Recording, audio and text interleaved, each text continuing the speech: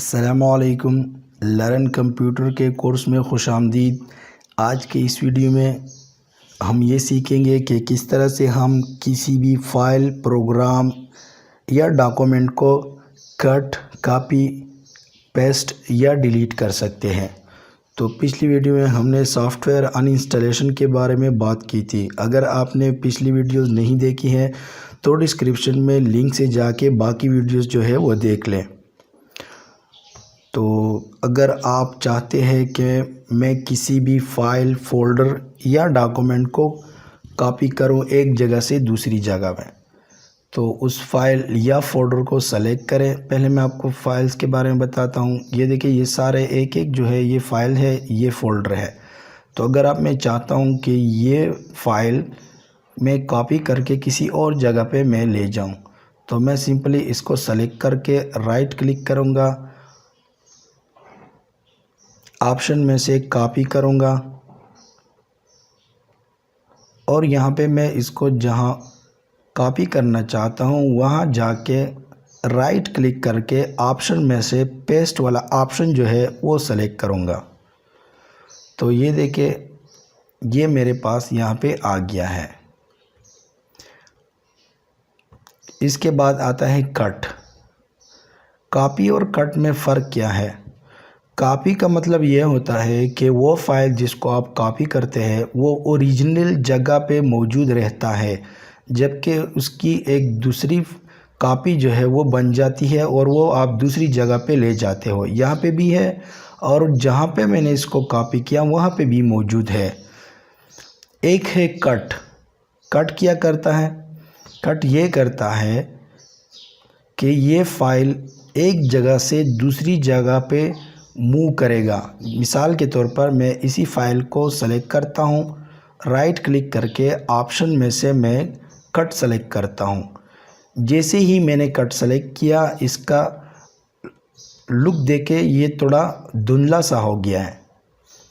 तो मैंने इसको कट करके अब मैं जहाँ पे इसको पेस्ट करना चाहता हूँ वहाँ पे मैं जाऊँगा और वहाँ पे ऑप्शन में से पेस्ट वाले ऑप्शन पे क्लिक करूँगा।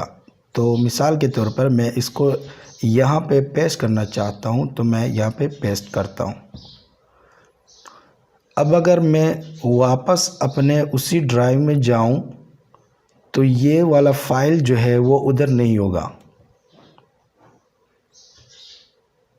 तो ये देखिए, इधर वो फ़ाइल नहीं है। तो कट क्या करता है कि आपके फ़ाइल, फ़ोल्डर किसी भी एक जगह से दूसरी जगह मूव करता है, ठीक है। जबकि कॉपी उस फाइल को एक जगह से दूसरी जगह पे ले जाता है, लेकिन उसकी एक कॉपी बना लेता है, यानी वो अपने ओरिजिनल जगह पे मौजूद रहता है, जबकि दूसरी जगह पे उसकी कॉपी बन जाती है। बिल्कुल इसी तरह अगर आप किसी भी फ़ोल्डर को कॉपी करना चाहते हैं या कट करना चाहते हैं तो उसी फ़ोल्डर को सेलेक्ट करें, ऑप्शन में से कॉपी या कट का ऑप्शन आप सेलेक्ट करके जहाँ पे आप ले जाना चाहते हैं वहाँ पे आप पेस्ट करें, तो ये सारा फ़ोल्डर जो है वहाँ पे कट या कॉपी हो जाएगा। अब आता है डिलीट। तो अगर मैं चाहता हूँ कि किसी भी ऐसे फ़ाइल या फ़ोल्डर को मैं डिलीट करूँ जिसकी मुझे ज़रूरत ना हो, तो डिलीट के दो तरीके हैं। अगर आप शिफ्ट के साथ किसी भी चीज़ को डिलीट करेंगे तो वो रिसाइकल बिन में जाएगी, रिसाइकल बिन में नहीं जाएगी। और अगर आप सिर्फ डिलीट वाले ऑप्शन पे क्लिक करते हैं तो वो रिसाइकल बिन में चली जाती है।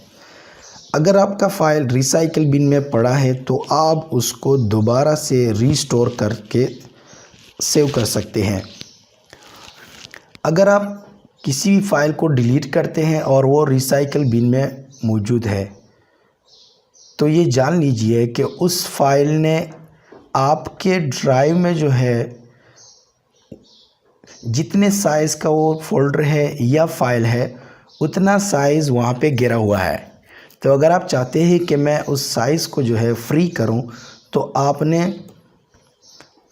डिलीट शिफ्ट के साथ करना है। तो शिफ्ट जैसे ही आप डिलीट के साथ एक साथ दबाएंगे तो आपका फ़ाइल जो है वो रिसाइकल बिन में नहीं जाएगा और आपका मतलूबा जो फ़ाइल का साइज़ होगा या फ़ोल्डर का साइज़ होगा वो यहाँ पे फ्री मिलेगा आपको।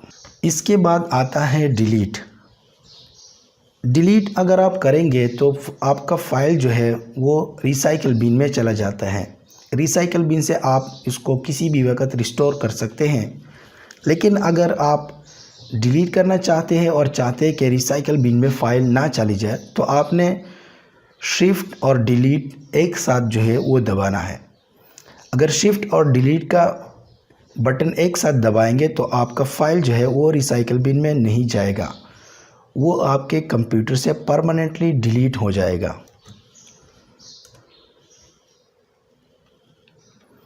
मिसाल के तौर पर मैं इस फोल्डर को डिलीट करता हूँ, तो जैसे ही मैं डिलीट करूँगा ये इधर रिसाइकल बिन में जो है मौजूद होगा। तो ये देखिए, अगर मैं इस फोल्डर को अब रिस्टोर करना चाहता हूँ तो मैं इस पर सिंपली राइट क्लिक करूँगा और ऑप्शन में से रिस्टोर के ऑप्शन पे क्लिक करूँगा। तो जहाँ से आपने ये फोल्डर डिलीट किया होगा वहाँ पे ये वापस चला जाएगा। तो ये देखिए, यहाँ से मैंने डिलीट किया था और ये इधर वापस आ गया। लेकिन अगर अब मैं शिफ्ट प्रेस करके डिलीट का ऑप्शन दबाता हूँ, ये देखिए, are you sure you want to permanently delete this folder. अब यहाँ पे रिसाइकल बिन का निशान जो है वो नहीं ज़ाहिर हुआ। मतलब इसका ये है कि ये फ़ोल्डर रिसाइकल बिन में नहीं जाएगा। तो अगर आप इसको परमानेंटली मुकम्मल तौर पर डिलीट करना चाहते हैं तो येस वाले ऑप्शन पे क्लिक करें, नहीं तो नो पे क्लिक करें।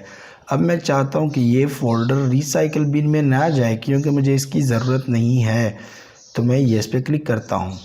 आज की इस वीडियो में मैंने आपको कॉपी, कट, पेस्ट और डिलीट के बारे में बताया। उम्मीद है इस वीडियो से आपने कुछ सीखा होगा। मिलते हैं नेक्स्ट वीडियो में।